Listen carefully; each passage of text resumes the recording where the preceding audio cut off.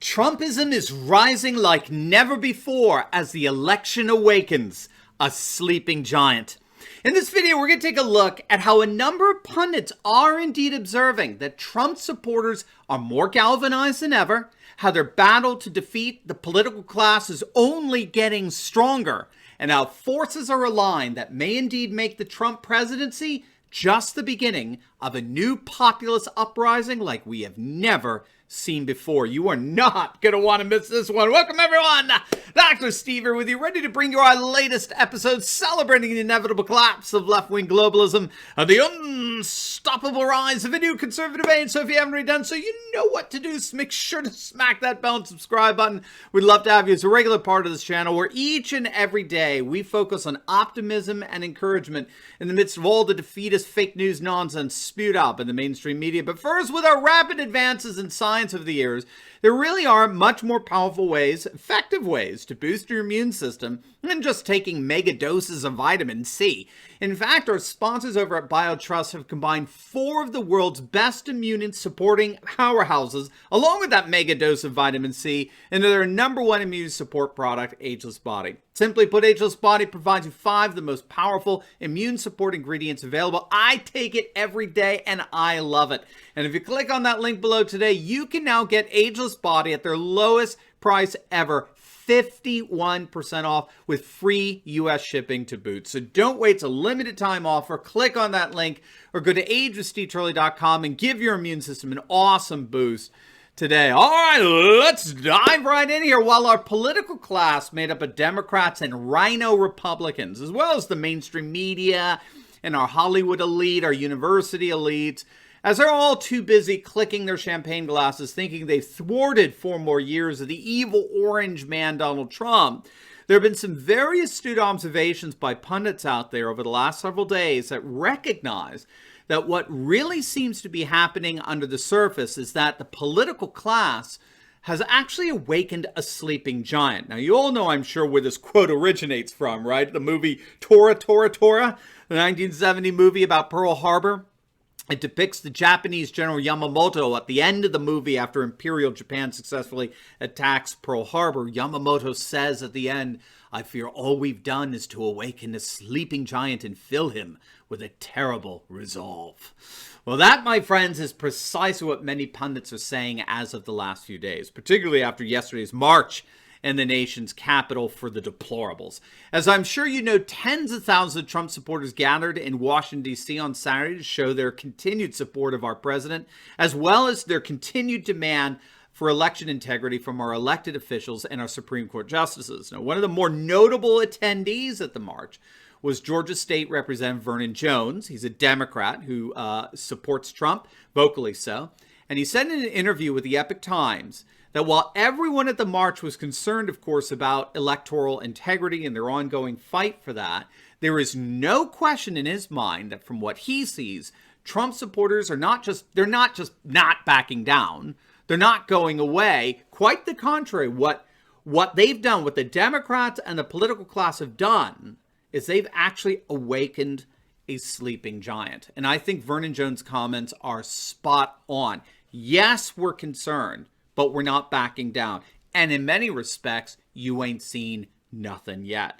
And I know a lot of you are feeling this right now, particularly the tremendous level of outrage, frustration over the elected Republican officials in particular, right, in terms of just their recalcitrant and their belligerent dismissal, and indeed, frankly, in some cases, disparaging of the concerns of 70+ million voters that the integrity of this election was indeed compromised. In Georgia, Wisconsin, Michigan, Pennsylvania, these are all Republican legislatures, and they continue to dodge. They continue to drag their feet. They continue to claim that there's nothing that they can do. It's all, it's all out of their hands. This is all a matter of the Secretary of State or electors or the governor has something to do with it. And then the governor turns and says, no, the legislatures are the ones that have something to do with it. So this is just a classic case of stonewalling. And more the deplorables are, you're feeling increasingly frustrated and, frankly, increasingly alienated from the political process, right? We have to remember British scholars Eatwell and Goodwin pointed this out in their study on Trump's 2016 campaign, that before Trump emerged, more than half of white Americans without college degrees felt that Washington, D.C. did not represent people like them. It's not just here in the States. Across the pond, 2 million people who voted for Brexit didn't vote in the previous national election there in Britain. So whether we like it or not, there's been this extraordinary alienation between the political class and the people. And it's precisely this alienation that President Trump resolved for so many.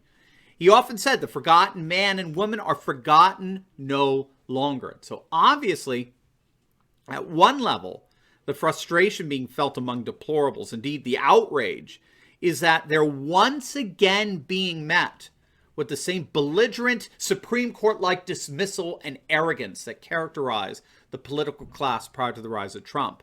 And to make it even worse, it's coming often from these do-nothing rhino Republicans. And yet at another level, what we're finding is that this belligerent dismissal and even derision coming from our political class is actually only increasing populist sentiments in such a way that 2016 may not have been a political earthquake that everyone thought it was. Instead, with the way populist sentiments are surging right now as we speak, 2016 may in fact be merely the early warning signs of a massive political earthquake yet to come. And one of the best pieces I've read of late that's predicting precisely that is a piece by Roger Kimball writing for American Greatness. It's entitled, "Trumpism is on the March. Whoever's inaugurated on January 20th, the spirit of Trumpism, which is the spirit of America, is not vanquished." And it's a really great piece on how leftists are desperately trying to convince themselves that leftism won on November 3rd. That Trump and Trumpism will eventually just, it'll just disappear and dissolve into the ash heap of history. And we can all just get on with the great reset and bring everything back to pre-2016 normalcy. The problem with that, and I think in many respects Kimball only scratches the surface on this one, the problem with that is that it ignores the undeniable fact, that President Trump, despite 24/7 negative coverage from every single mainstream media outlet, quite literally in the world, despite constant resistance and disparagement from the Romney wing of the Republican Party, despite the defection of Fox News led by the haughty, dismissive conceit of Chris Wallace, despite a pandemic and the worst recession in our nation's history, despite having been impeached and having a special counsel dog him for the first 2.5 years of his presidency over a Russian collusion hoax based on a fraudulent dossier bought and paid for by the Hillary campaign, picked up and celebrated by the mainstream media. Despite all of that, President Trump received more votes than any previous incumbent president seeking re-election in the history of our nation.